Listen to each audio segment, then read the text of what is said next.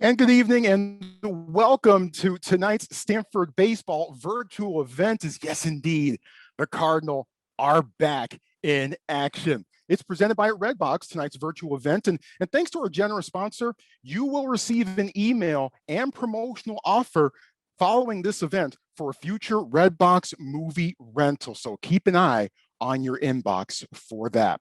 I'm Troy Clarity. So happy you're with us. Pac-12 Network play-by-play announcer, also a play-by-play announcer for the GoStanford.com live streams, host of the TreeCast podcast, and Stanford class of 1997. It's been a lot of fun following the Card over all of these years and been a great season so far for Stanford, and obviously awesome to see them back on the field at Sunken Diamond. Now, we're going to be joined very soon by some current members of the Cardinal, Brendan Beck, Brock Jones, and Tim Tawa. They're going to share a bit more about what preparations for this season have been, and we're going to learn a little bit more about this year's team. And after that, we will we'll talk to the always fantastic Clark and Elizabeth Nelson, director of baseball, David Esker. He'll provide some insight into this year's squad. He'll talk about what he's seen through the first 3 series of the year and what to look forward to throughout the rest of the schedule. Each conversation is going to be followed by questions, and they'll be submitted by fans ahead of time or live tonight via the Q&A function at the bottom of your screen. So please use that Q&A function if you wish to be called on to ask a question of the student athletes or coach live here tonight. So we thank you for your understanding that not all questions can be asked. So we'll try to get through as many of those as we can. And with all of that being said, let's go ahead and get started. First, let's introduce our student athletes who are joining us here tonight. We have Brendan Beck, a 2018 Pac-12 champion, regional all-tournament team honoree, Pac-12 academic honor roll recipient. Brendan comes from a Cardinal family with his mother, his older sister Megan, and his older brother Tristan, all having attended the farm. That's always a great thing to see. The right-handed ace for the Cardinal, Brendan is currently 3-0 on the year, having started all the series openers for Stanford so far this season. The longtime Friday night starter for Stanford back at it in 2021. Next, we have Brock Jones, recently named the National College Baseball Player of the Week following the San Francisco series in which he just lit it up. Man, that was fun to watch. Brock is the most recent in a long line of 2-sport Stanford student athletes to play baseball on the farm. A sophomore from Fresno, Brock has started all 12 games for the Cardinal this year in the outfield, and he's currently hitting .304 on the season.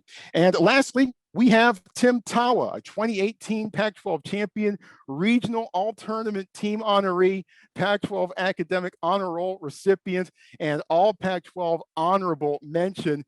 Tim hails from West Linn, Oregon, and is majoring in communication. The senior has started 11 of Stanford's games so far and is hitting a blistering .359 for the Cardinal. Fellows, welcome in. How you guys doing? Doing great. Doing well. Doing great. Awesome. Awesome to have you guys in here. And Brendan, let me start with you real quick. I guess some congratulations are in order because I was bumping around Twitter a couple of hours or so, and I stumbled on this. Last final of undergrad submitted, check mark, excited to start a master's in sociology next quarter. That from Brendan Beck 3. Congrats. How does it feel to be done? It feels really good. Definitely a long time coming, and definitely worked hard for it, and excited to start something new next quarter. So feeling good and ready for spring break, and then back at it when spring quarter gets going. Yeah, and obviously going through all of this and finishing up your undergrad, what was that experience like for you, having to take all online classes and all those sorts of things? Look, it's not easy being a student athlete to begin with, but having to do that under these conditions, what was that like? Take us through that process for you. Yeah, it was definitely different. You never actually like pictured finishing up and finishing your degree. It's kind of things definitely dragged on a little bit longer, it seems like, with the Zoom classes and, different asynchronous classes versus synchronous classes, and figuring out which links are the right ones and getting all that figured out. So definitely a learning curve last spring when we started it. But I think now in the winter quarter this year, things are going pretty smoothly. Wouldn't say I prefer it over in-person classes, but definitely not terrible to say the least. Well, certainly congratulations once again on all of that. Let's bring in Tim Tawa now. And Tim, let's go on the field. You're currently on a 7-game hit streak and things looking pretty well for you at the plate so far. What's been going right for you in that department to this point this year? I think it's just confidence. I mean, for our team this year, I think we're just having a lot of fun at practice and on the field. And I think it's just rolling over. I mean, I just feel really relaxed in the box. And I think that's just a testament to not only the work that I put in, but the teams put in. And I think everybody just feels a different level of comfort and a different level of just like readiness to play this year. So it's been really fun to just be out there with the guys again, for sure. Yeah, even though you guys only got 16 games in last year, the shortened season, how much of this season is all about unfinished business for the entire team in your mind? Personally, for me, I have put last year completely in the rearview mirror. I'm not even thinking about it. I'm just focused on, being grateful to have the opportunity to be even on the field this year with everything that's been going on. It's been so nice just to be back and practicing with all my guys again, because being home for that long, it was tough. It was always nice being with my family, but just, having the opportunity to be out there this year is just what I'm focused on and having a lot of fun. No doubt about that. Let's bring in Brock Jones, who has had some big home runs so far this season and has really gotten off to a fantastic start. Now, Brock, as mentioned, you're a two-sport athlete, but you decided to focus solely on baseball this past off season. How has that decision maybe affected some of the things we've seen from you so far this season? Yeah, no, it's definitely a great question. And it's something that was a very hard decision for me. Just because, I was always a multi-sport guy growing up. But I knew at some point it was going to come where I was going to have to focus on one sport. And, obviously things haven't gone perfect, hitting's hard and stuff like that, but I've definitely seen some progressions and some results. And, I think I can just attribute that to just spending all my time focusing on one sport. And part of my decision, was, it was kind of like, would I rather be good at both sports, or would I, strive to be great in just one sport? And I think just committing all my time to the one sport is definitely paid off so far. Yeah, certainly at the start of this season, at least as we head into Pac-12 play. By the way, a reminder for those of you out there, feel free to submit your questions tonight using the Q&A function that's at the bottom of your screen for a chance to ask your question live of the Cardinal. That's always a fun thing. Tim, let me go back to you for a second. You were a pretty good football player yourself back in your high school days, two-time Oregon Player of the Year. What football skills have you found that perhaps translated to the baseball diamond? Good question. It's been a while since I've thought about football. I would just say, the strength training that you did in high school and to prepare for football definitely helps set a foundation for just being an athlete in general. Like Brock says, I was always a, multi-sport athlete growing up. And I think playing basketball too was also a good foundation for just, being an athlete. I think that's really important for me and when I'm playing baseball. And then also maybe the leadership aspect too. I played quarterback, so, being in control of the offense and telling people where to go and where to get set and stuff like that maybe helped with a leadership role. Yeah, never a bad idea to play multiple sports for as long as you possibly can. Brendan, you are the ace of this squad. So far off to a solid start in the 2021 season. The 2020 Major League Baseball draft, you were going to have your name called, but obviously that did not happen. The draft shortened from 40 rounds to just 5. Wiped out, obviously, or much of it wiped out due to COVID. And I remember talking to Coach Esker a couple months ago, and he said, look, he hasn't really been resentful of any potential opportunities that he's lost due to COVID-19. Kind of take us through that, just going through that experience of not having a chance to have your name called last year and how that's kind of affected your mindset going into 2021. Yeah, that process was definitely crazy. But it was nice because for me, it was a very black and white decision. Throughout the whole draft process, talking with teams, I kind of had a thing in mind where if I got a number that I liked, I would sign. And if I didn't, I would be back at school. And with teams kind of across the board, with the pandemic and everything going on, it seemed like teams were trying to save money in a lot of different ways, as we saw from the rounds being reduced from 40 to 5. So I think you can see it for all the guys in my class. Having Stanford as the fallback plan, a lot of us didn't really value ourselves too short. And having the opportunity to come back and, like you said, now have the opportunity to start a master's, hopefully finish that someday. My value myself very highly. And then just the chance to come back and wear the Stanford uniform again. And you mentioned unfinished business last year, but as Tim said, just to be able to play with the guys we have on this team was something that I wasn't going to sacrifice just to start a professional career. Brock, you're one of the younger players on this squad, a sophomore for this team. To this point, what's surprised you most about your whole Stanford experience? I think just the team chemistry, even, just from last year to this year, there's just been tremendous growth. And even, with all the complications with COVID and not really having a full fall ball experience, I feel like our team's very close this year. And I think we all, it's a brotherhood, and I know it's cliche, but it's, we're all playing for one another, and, we love every single minute that we spend out there on the field. But yeah, it's definitely been a different Stanford experience just with COVID and, masks and all that kind of stuff. But I'd say we're still making the most of it, and we're all having a lot of fun, and we're playing well. Yeah, what was your timeline? Take me through from January 1st up until now. When did you report to campus? I'm sure you had to quarantine and isolate and all those sorts of things. And when did the fellas finally get a chance to be all together in one room? Yeah, so it was actually interesting coming back because we had like a report date, which Beck or Tim, I don't really remember exactly what date that was. But some guys came earlier to get their quarantine out of the way. Some guys came later, but there's complications with COVID and traveling. So, but just getting everybody here, has been awesome, and we value all the time that we have. But Brendan or Tim, do you guys remember the exact date?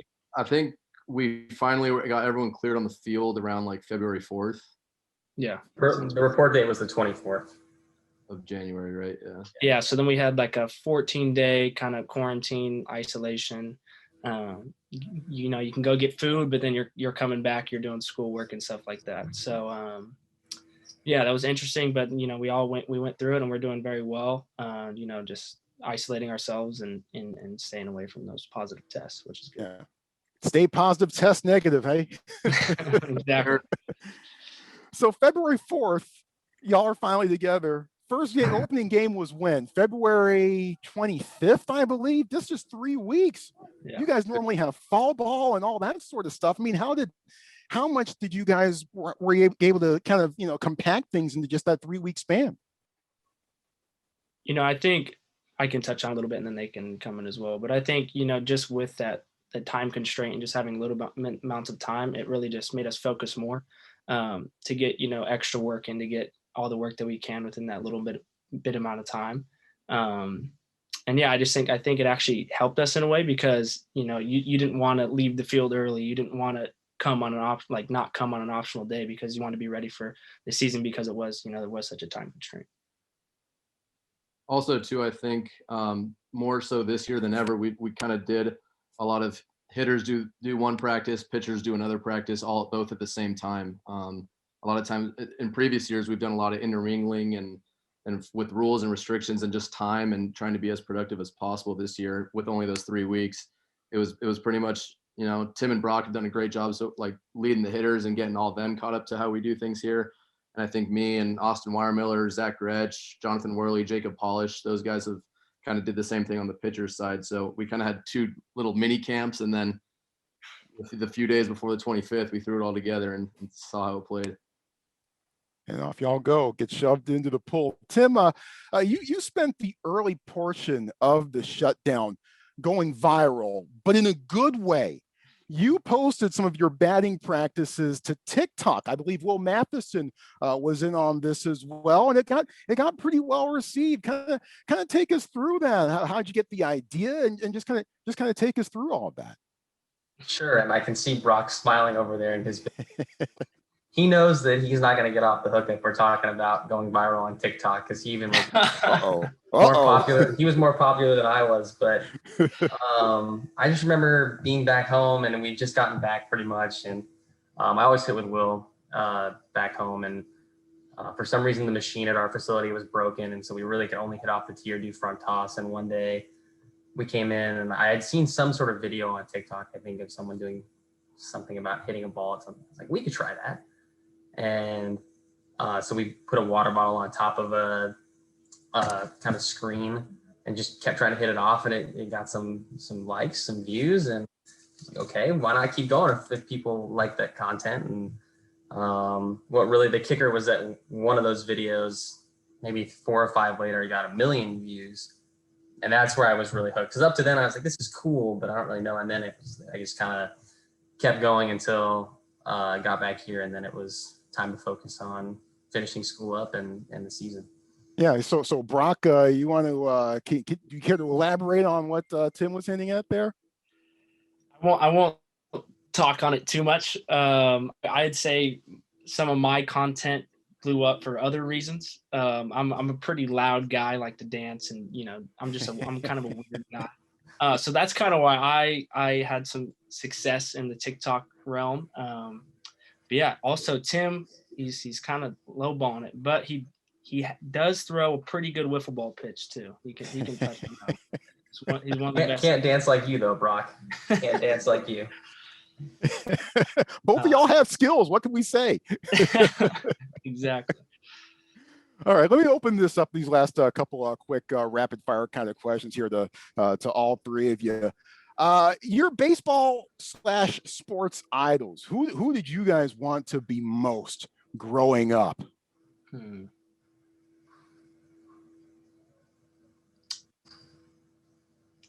One of you guys want to go first? I guess I'll say my favorite player growing up. My favorite player growing up was Evan Longoria.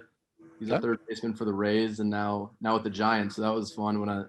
My favorite team is the Rays too. So when he got traded, I was like heartbroken, and then I found out he was getting traded to the Bay Area. So when fans were allowed, I was able to hop on Caltrain and catch a few games up there. So that was exciting. Nice. So Nice. I don't know if I had like a true hero or some idol that I looked up to, but he was my favorite player. Now, you a Buccaneers fan as well, or just Tampa Bay Rays? No. Okay, all right. Can't claim that. Hey, the Rays came close. Yeah, we were close. We were close. Hopefully next year. Hopefully next year. That a lot of baseball fans say that around this time of year, but it's always a good thing. Brock, Tim? I'd say mine was kind of different just because I did play football and baseball. So I'd say I had two. I was was a huge Odell Beckham fan. I mean, I think he's one of the coolest people ever. Nice fashion, all that, great football player, good leader, all that kind of stuff.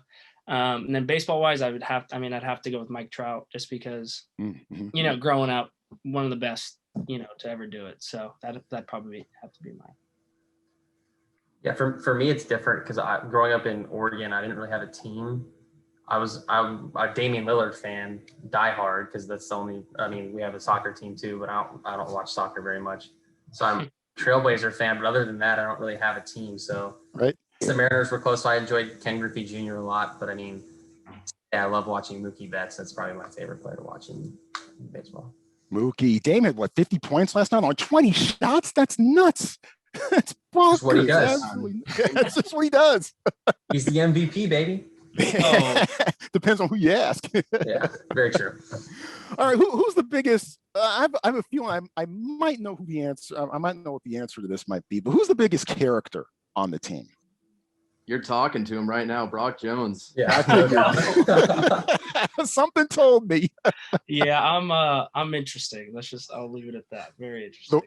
The most interesting man in the world. I mean, the gig's open, I believe. He hasn't done any commercials for that the last couple of years. Who's the most serious, most business-like guy on the team? Might be Tim Tawa. Me. It could be Tim. It might be Tim. Tim's very professional. he gets in, gets out, and I mean, you can see on the field, we're just as professional as they come. I'd agree with that. Second that. I'll take that though. I'll take that. Hey. Certainly. All right, the last round table thing I got for you before we open it up to general live Q&A. And by the way, submit your questions, the Q&A function at the bottom of your screen. What's the best advice that you guys have received throughout your Stanford experience?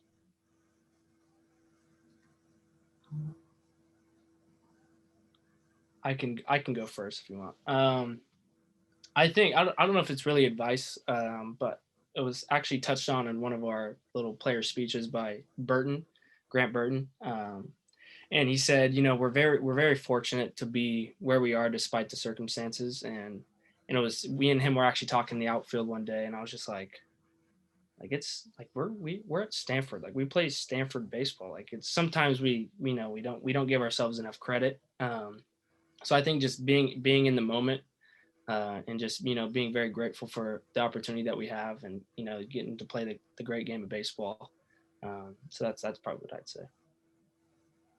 Yeah, I agree with Brock. I don't know if I was ever told it, but you just kind of got to appreciate where you are. Like I remember every time I would walk outside to go to class or bike to class, and you see, hundreds of other students biking, you never know who's passing you, who's doing something amazing. And that's just something I would always appreciate. Well, not only the beauty of Stanford, but also just like how many incredible people there are, how many resources there are. And even though I probably haven't been able to access or get to the majority of them, because it's hard when you're a student athlete, you still just appreciate the place you're getting to, spend 4 years. Yeah, and I'd probably say Coach Esker actually says a lot. He says play carefree, not careful or careless. And I think that's something like how Tim was saying, you can apply that in a lot of different areas at Stanford. There's just so many special things to offer. And if you spend too much time worrying about grades or performance or, making the most of everything, the time flies by. I'm finding out now, and I'm sure Tim can attest to the 4 years go very quick. So enjoying everything as you can, the most that you can. And as long as you put in the effort and do the best you can, there's no reason not to enjoy every second that you have here.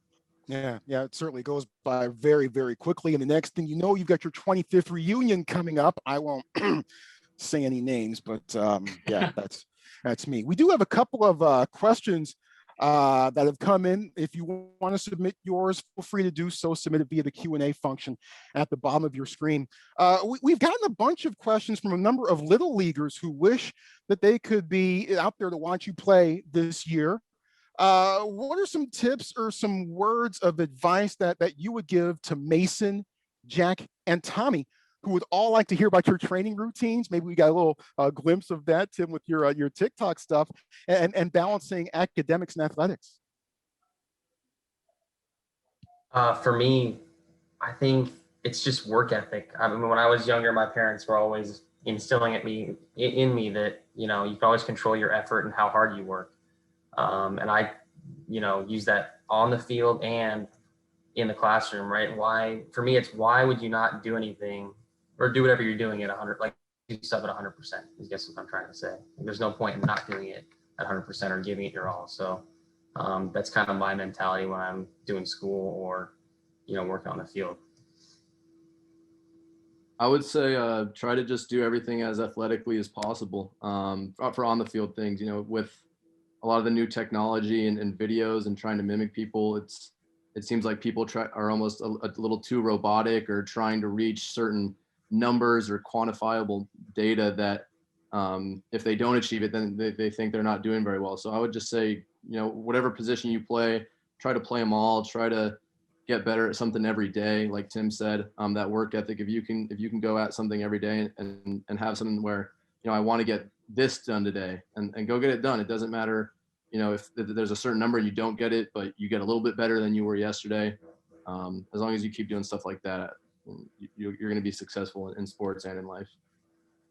Yeah, and I think going off kind of what both of them said, going off what Tim said, growing up, my dad always told me, the only two things you control are attitude and effort. And And I think that's very important because, you have to have a positive attitude. And even on our team now, with the long season, long practices, workouts, stressful school, sometimes you're not going to be fully, mentally or physically healthy. And I think what we talk a lot about is, fake it. If you have to fake it, then you'll eventually buy into that and you'll be able to get through it. So I think, just going off what they're saying too, is just what you're doing, go at it with 100%. There's no reason you shouldn't, give everything you got, because it's, if you don't, you're going to regret it. And I think that's big as well. And on the school side, I mean, I think some of the guys on the team are some academic grinders, or what we call them. They spend a lot of time in their room doing a lot of homework and stuff. And I think that's very important because it teaches you to like have a schedule, to make time out of your day to get everything that you need to get done. And I think the classroom is just as important as the field, because baseball, you can only play baseball for so long. And I think it's very important, have a plan after baseball, or have a plan academically as well. So. Couple of live questions. First, let's go to David. David, go ahead and ask your question.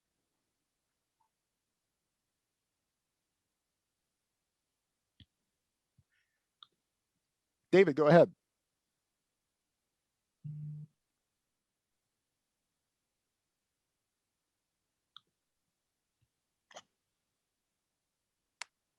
All right, let's go to Tom. Tom has a question. Tom, go ahead.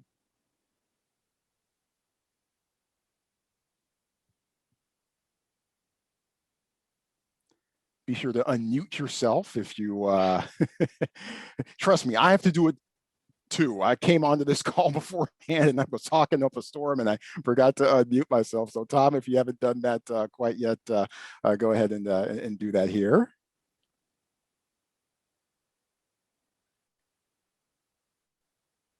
Zoom University is challenging. Yes. This question about team chemistry that we're looking at in the Q&A. Sure, it can be. Well, there's one in the Q&A. It says from Tom Wong, with all the players winning and the freshmen adding, how is the chemistry continued? It seems like yeah. Tom.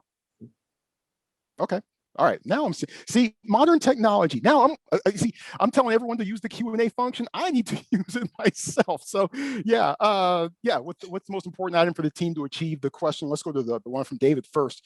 In order to earn a trip to Omaha, assuming the College World Series happens this year.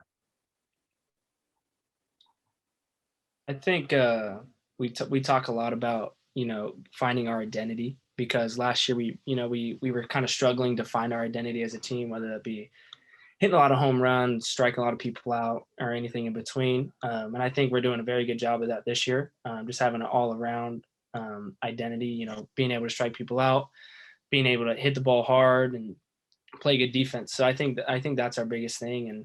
And I think the question said to earn a trip to Omaha. And I think just getting to Omaha isn't enough. And I think, we can strive to be, to get further and do better than that as well. And there's no reason that we shouldn't be able to win Omaha, in my opinion.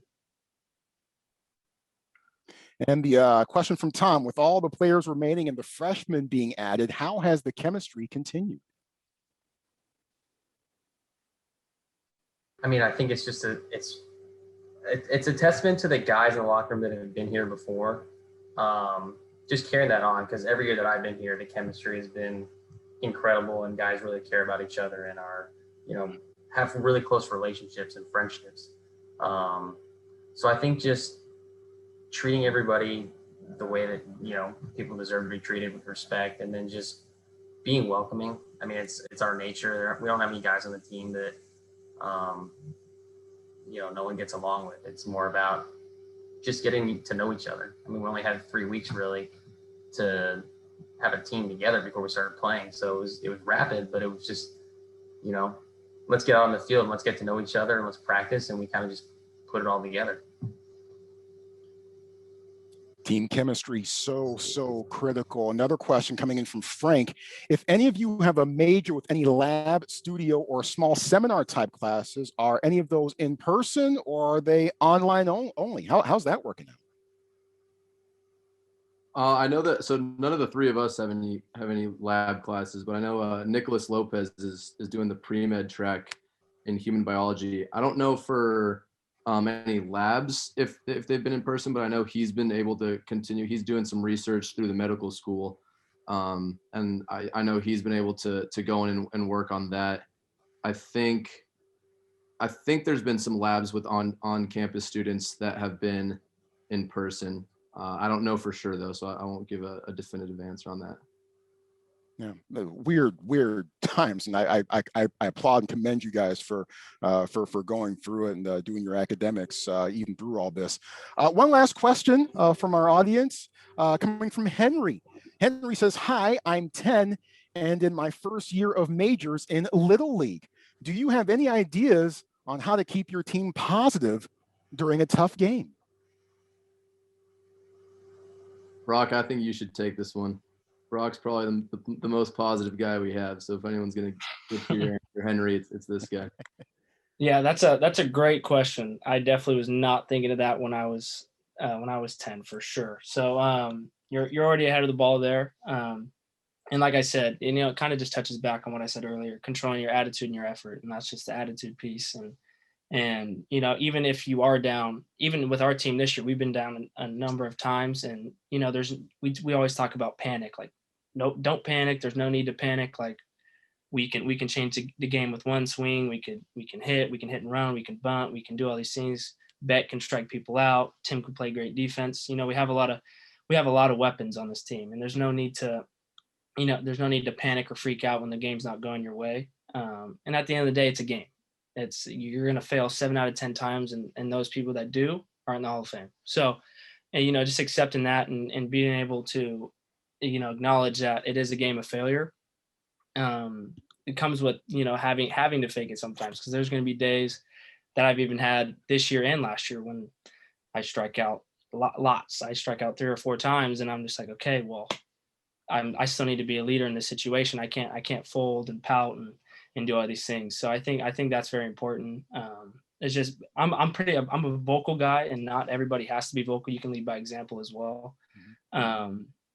But I'd say just acknowledging the fact that baseball is a game of failure. So there's no need to get down on yourself and cave in and panic. And that's kind of all I'd say. Yeah, that bonkers game against USF, y'all were up 11-0, and then USF came back with 11 of their own to tie it up, but you guys got the win. Perhaps a pretty good illustration of what you were just talking about right there. Well, this was fun, and we've certainly got a lot more. Brendan Beck, Tim Tawa, Brock Jones. Fellas, thank you guys so much for being here with us tonight, answering some questions from the fans and from myself. Can't wait to see what's in store for the rest of the season. Good luck, stay healthy, and can't wait to see y'all back in action starting again on Friday evening. Thank you. Thank you very much. Appreciate it. Brendan Beck, Tim Tawa, and Brock Jones. That was certainly a lot of fun. Thank you guys for being here with us. And wow. Those are the 3 guys to watch, or 3 of them to watch for the Stanford Cardinal. As now we get into Pac-12 play, it starts on Friday evening when the Utah Utes come to Sunken Diamond. And Pac-12, as usual, it's going to be a gauntlet and a whole lot of fun to watch. Fun for us fans. How is it going to be for head coaches? I can think of one in particular I'd like to ask some questions to and get some thoughts on, as far as what he is expecting for the season ahead. He's David Esker, a member of the Stanford class of 1987, currently in his 4th year at the helm of the Cardinal, just got win number 100 running the show against USF a couple of weeks ago. His 3rd stint on the farm, following his 4 years as a student athlete playing shortstop on those national championship teams, was 6 seasons as an assistant coach under Mark Marquis before heading across the bay for some other school. And we coached there for 18 years. Did a heck of a job, but that other school, 18 years, and then he finally came back to the farm just a few years ago. The one and only David Esker. Welcome in, Coach. Good to see you. How you doing? Thanks, Troy. Good to see you. Well, all right, here we go. Stanford off to a pretty good start so far overall. 10 wins against just 2 losses as we dive into Pac-12 play coming up this week. Some wild games along the way, some intriguing results.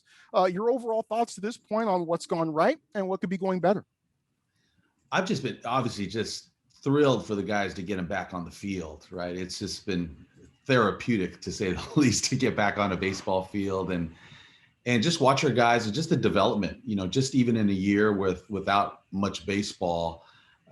We knew last year we were incredibly young and inexperienced, and we were gonna have some growing pains and take some lumps, and we would have been way better by middle to end of the season than we would have been at the start, and to have that kind of wiped out and taken away from us, and then no summer baseball for the kids for the most part, and then no fall baseball. But our guys have been extremely diligent. We had a number of players come into the area in the fall and just come out to Sunken Diamond and just train and get their work in. We didn't have any organized fall practice, but they were out here a lot of them were out here all the time, just trying to get better. And then once we got them together in January, they kind of just hit the ground running, and they've done everything that we've asked. They've been, you saw three of Stanford's finest right there: Brock Jones, Brendan Beck, and Tim Tawa. And we've got incredible leadership and just a really tight knit group. And I've always told them when I came back to Stanford, and people asked me what was, what are my major goals, and was it to win a national title? And of course that would be great. But really, I just wanted to deliver the same experience that I had as a player, which is I played with my best friends. I've had, and some of those friendships, that those teammates are as close as brothers to me. And I knew if we had that type of relationships with our team, the sky would be the limit, and we would have an opportunity to have those experiences and get back to Omaha and really make a legitimate run at those things. Because usually those are the teams that maybe play beyond their skill sets or what they would look like on paper. Yeah, you know what it looks like. You've experienced it. You've seen it. What happens when Stanford goes back to Omaha, and it certainly is a wonderful experience. And I know you're looking forward to making sure that the current crop of student athletes on this squad have that very chance to be at one of the great events in all of college national sports. This year, obviously, a year of surprises, but on the field so far, 12 games in. Any surprises to you as far as players or anything like that? Any big surprises hop out? Yeah, this year? I think everything that we've seen has been just a little bit of surprise. Even obviously most of them all positive.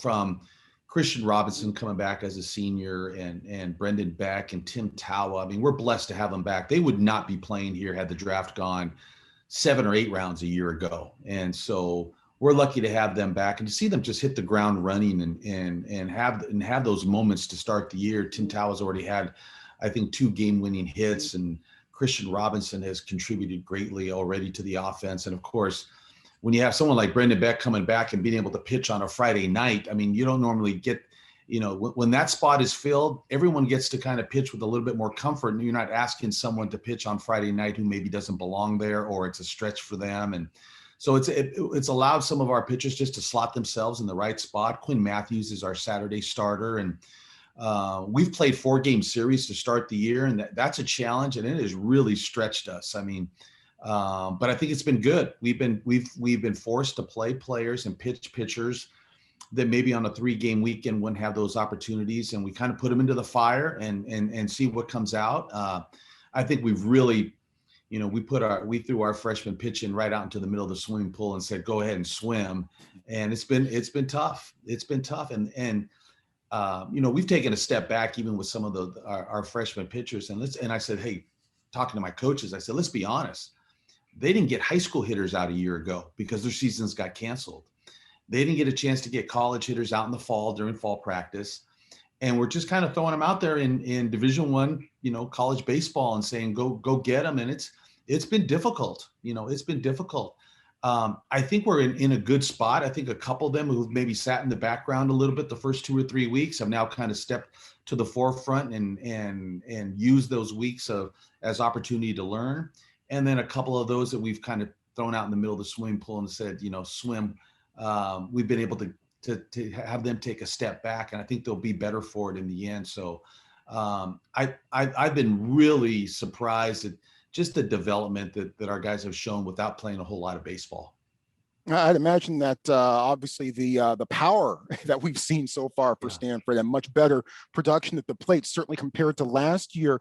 I'd imagine you're pretty pleased with how that has largely trended to this point of the season as well.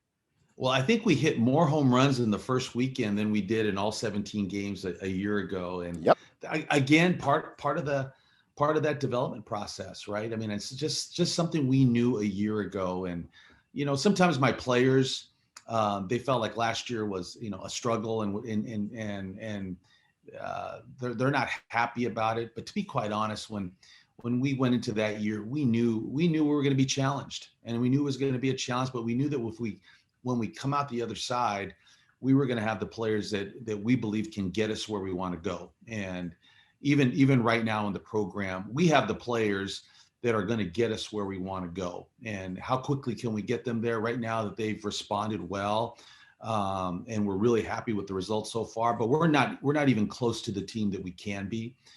We still think there's development and growth there, and people will play better and get more comfortable in the game. And we really think that our pitching is just gonna kind of keep coming and building up before the season's over.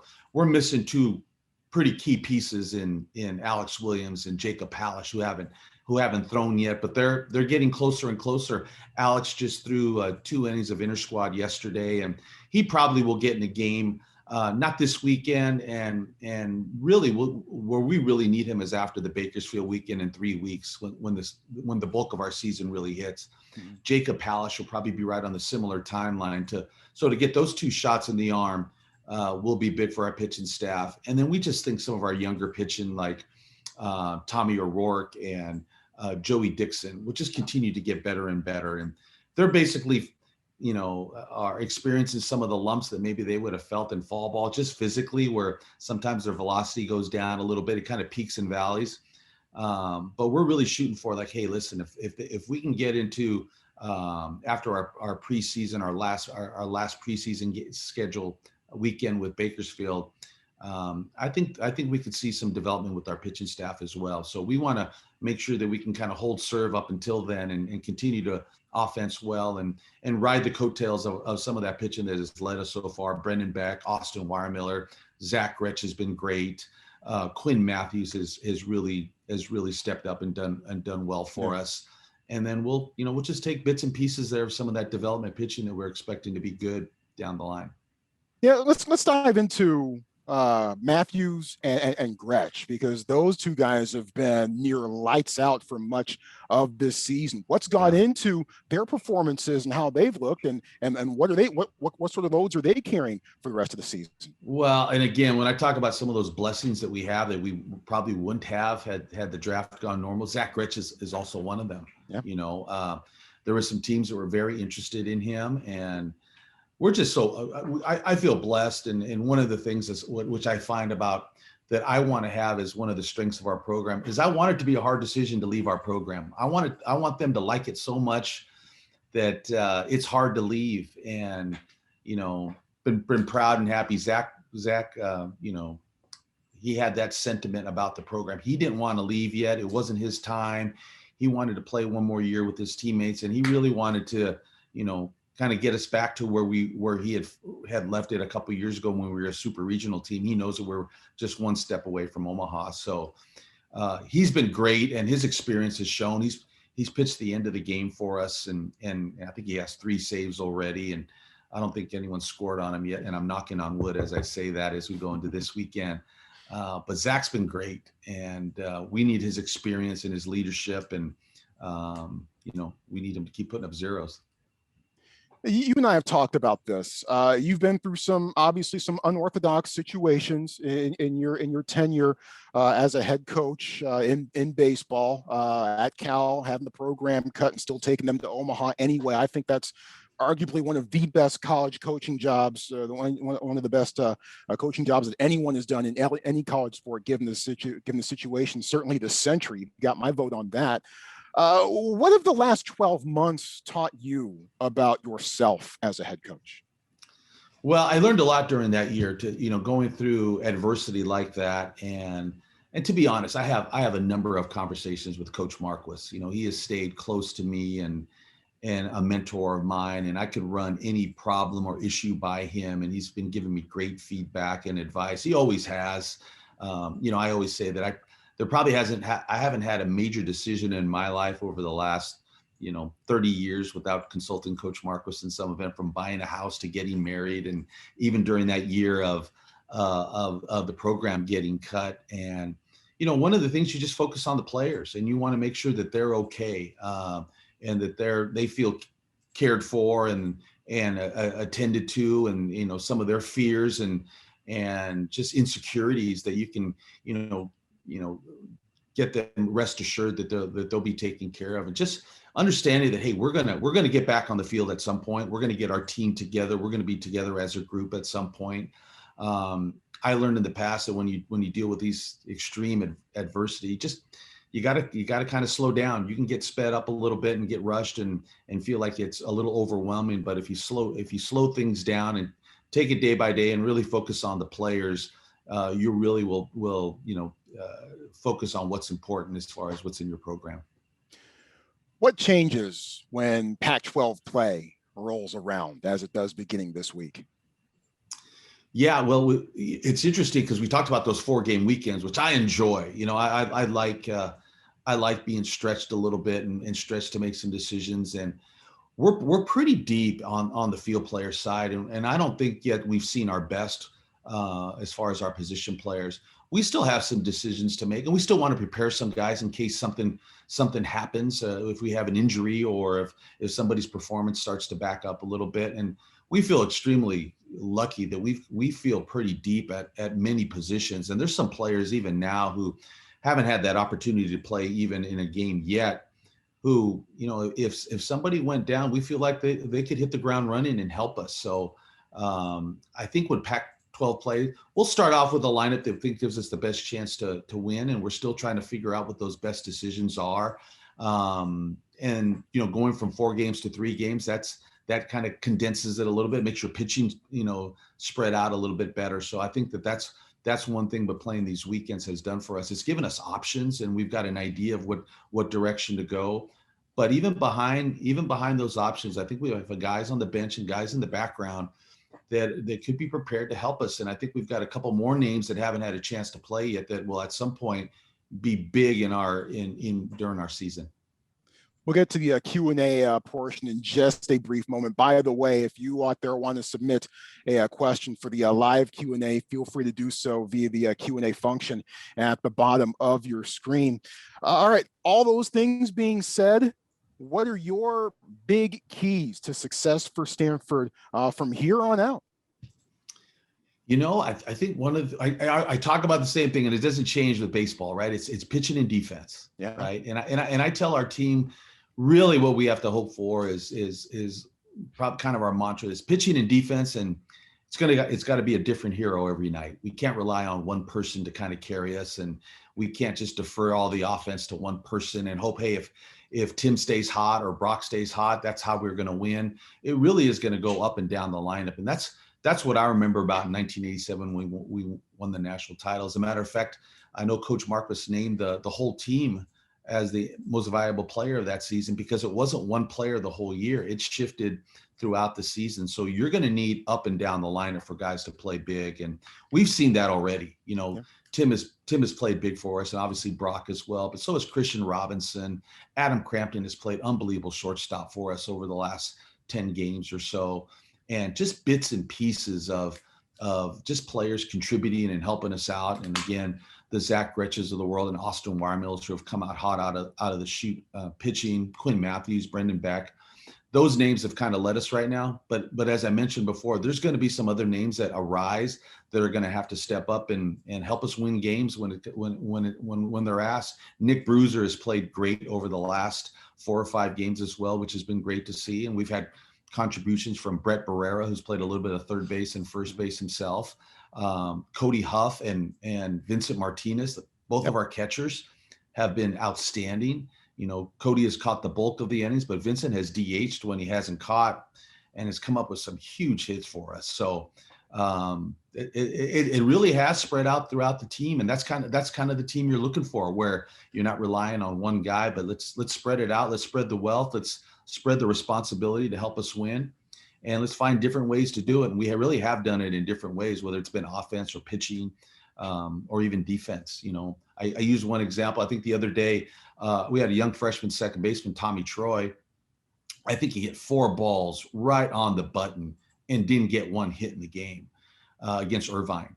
And yet the biggest play of the game was a play that he dives behind second base to make a play, and he throws it to our shortstop. It was the biggest play of the game. And I remember reaching out to him and said, "Hey, you had 4 balls you hit on the nose and didn't have one hit, and you probably made the biggest play that helped us win today." Right. So it's not all just in one way that they can help us win. It's pitching, it's defense, it's base running, it's doing the little things.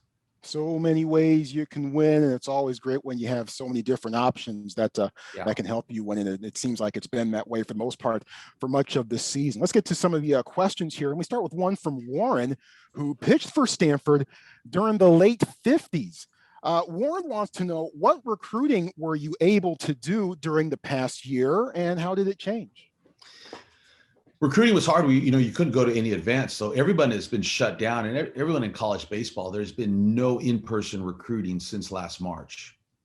We're lucky. Thomas Eager, my pitching coach and my recruiting coordinator, has done a fantastic job, and we were literally probably a year ahead of the recruiting cycle. We've had commitments for the class that is current seniors right now, well ahead of time, and even some commitments on the class behind that. That is probably where we're probably doing a little catch up. Is not necessarily this class that will come as freshmen in the fall of 2021. It's probably the 2022s where there's a piece or two that we're going to wait on until we can get back out on the road and see some guys. But Thomas Eager he's an aggressive recruiter. He loves it. He's out there all the time. He understands Stanford and what it takes academically to get into school. So he's been ahead of the game, and we've benefited from that. Question from Jeff, and I like this question. What is your team's approach to analytics? Are they emphasized as much as some, or maybe all, major league teams do? The "or maybe all" is emphasis. Well, we use analytics. Definitely that information is out there for us. We have to be careful on necessarily how much information we give our guys. I think we use it to see in what ways we can use it as a teaching tool or feedback. But we don't give them all the information. Sometimes we don't want them focusing on the wrong things or trying to be too mechanical with things. Again, I think for me, the training our players the best way possible is to get them to play with freedom, and not to try to get them to play, as Brendan mentioned, kind of robotic and just trying to perform actions versus react to the game. Learn to play with some freedom of play and play athletically. But we do have, we're Stanford. We should have those numbers available, right? We should be probably, some of the leaders as far as being on the ground floor. So we've got, spin rate detectors and exit velocity and launch angle. We can measure all that. We can measure bat speed. We can measure the direction it comes into home plate, at what angle. And then we try to use that as teaching tools and as feedback. How do we give that information to players, or use it as coaches to use it on a daily basis to kind of get the players where they need to be with their performance. And sometimes you can use those numbers just as a calibration. Hey, when you get to these numbers, you're going to be where you need to be. Yeah, I'd imagine the explosion of information in baseball just over the last 10 years or so, much less the last 2025, has just been an amazing trend to watch. Question from Brian. He wants to know which teams in the league will present our biggest challenges. Well, it looks as though obviously the teams that started out quick, UCLA is always going to be a formidable opponent in our league. They have outstanding pitching, and you've got to play well to beat them.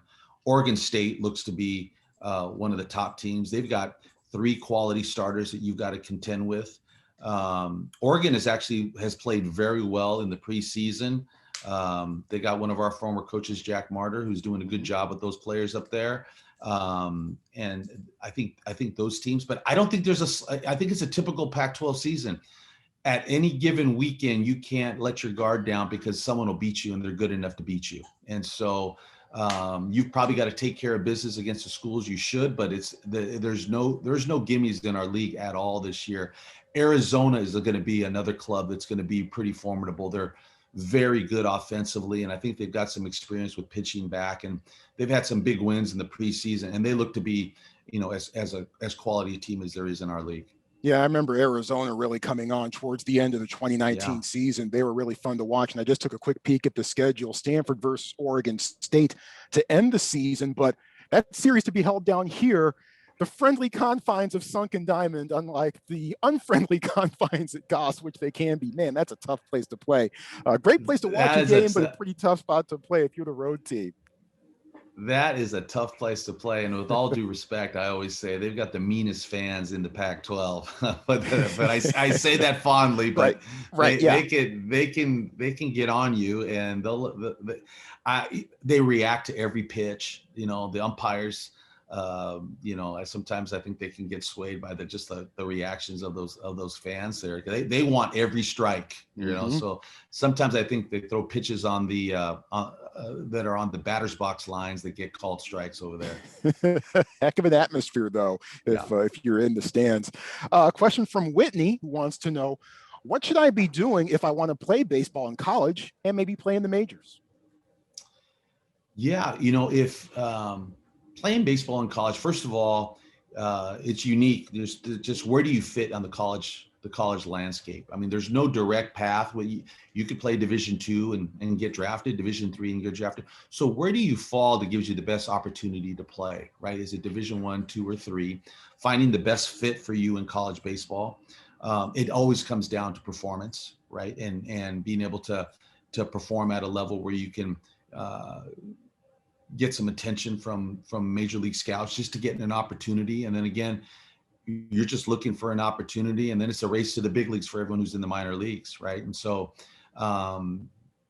just preparing yourself to be successful at the high school level is probably the first step, right? And getting those opportunities to find the best placement for you at the college level, whether it's Division I, II, or III. There's roads to Major League Baseball at any one of those levels. Just by getting an opportunity, getting your name called in the draft or signing as a free agent. Question from Tom, who wants to see if you can give a general update on eligibility and NCAA scholarship limits due to the pandemic impact. Yes. So everyone was given an extra year of eligibility who was impacted last year. And for some schools, that's caused quite a backlog of talent, and there's a lot of schools that are old this year. For instance, Santa Clara University, who we played in opening weekend, I think they have 12 players in grad school. Yeah. And I think, USF, who we played week 2, I think they had 10 or 12 transfers from other schools who had come to the school. So there's been some movement, and at some schools they're playing very old because they may have seniors who are in their 5th year, and they may have 5th year seniors who are in their 6th year. I mean, that's possible. And so college baseball is as experienced and maybe as good as it's ever been. And then again, if you're a young player that gets an opportunity to play, you've really done something, because there's probably some old players up there. I think it's really helped the mid-majors, to be honest. Mm-hmm. I think the mid-major schools, the WCC schools, and some of those mid-major schools in the Midwest, you're going to see them. They're really experienced. Many of them may have maybe 1 or 2 players that are draftable. And may get an opportunity. Well, now those players are back playing this year with them. The one player that they would get drafted is now playing as a senior, and that's big for them to get those players back. Yeah, that's going to be a really intriguing thing to watch over the next couple of years as you sift through all the roster management decisions that you might be making here over the next couple of years. And I think the second part of that question was about scholarship limits. Yes, scholarship limits. Yeah, and nothing's changed. So it's really up to the schools to manage the 11.7 scholarships, no matter how many of those players are coming back, and it was a little bit of a juggling act for us, even in the year. We probably anticipated having 5 players drafted from last year's team. Right. And by no fault of their own, I think if the draft would have gone 10 rounds or 11 rounds, we would have had 5 players drafted, and we had none of them drafted. So it was a little bit of a scramble to kind of make all the numbers work with the players coming back that we had thought that in a normal year would have had those opportunities, well-deserved opportunities to move on. Now we're blessed to have them back, and we did whatever we could to make sure it all worked out, that they came back and played for us. Yeah, and so far so good with all of those young men contributing the way they have so far on the field and off the field too this season. We do have one final question, and we'll go to one that was submitted that was pre-submitted. Lisa checks in. She would like to say thank you to all the student athletes, coaches, and staff for being back. Since fans can't yet attend games in person, Lisa's curious to know what the best way is to have fans be able to show their support for the Cardinal baseball team. Yeah, that's a good question. I know with the county guidelines, we're working to try to get fans back based with as safely as possible in the future, and I know that we'll give information out whenever that becomes possible based on the county and the school guidelines, just keeping everybody safe. And we just appreciate and I know you do, Troy, to get a chance to listen to you, watch it on the stream, and to keep up with the team. And I think it's going to happen at some point during the season, and just to see those stands filled up with the Sunken Diamond energy when that does come. We can't wait for that. I know our players are looking forward to that as well. And just kind of stay patient and get ready to come out to Sunken Diamond when that becomes a reality. Yeah, when Sunken Diamond's rocking, man, there's no better place to be on the planet. Looking forward to seeing that all Saturday jump again. A Saturday afternoon at Sunken Diamond in the sun. and now based on how things were last year, if you're an adult, there's adult beverages for them on those hot Saturday afternoons. That's right. It's an even better place to come watch a game. What more could you possibly need? I know.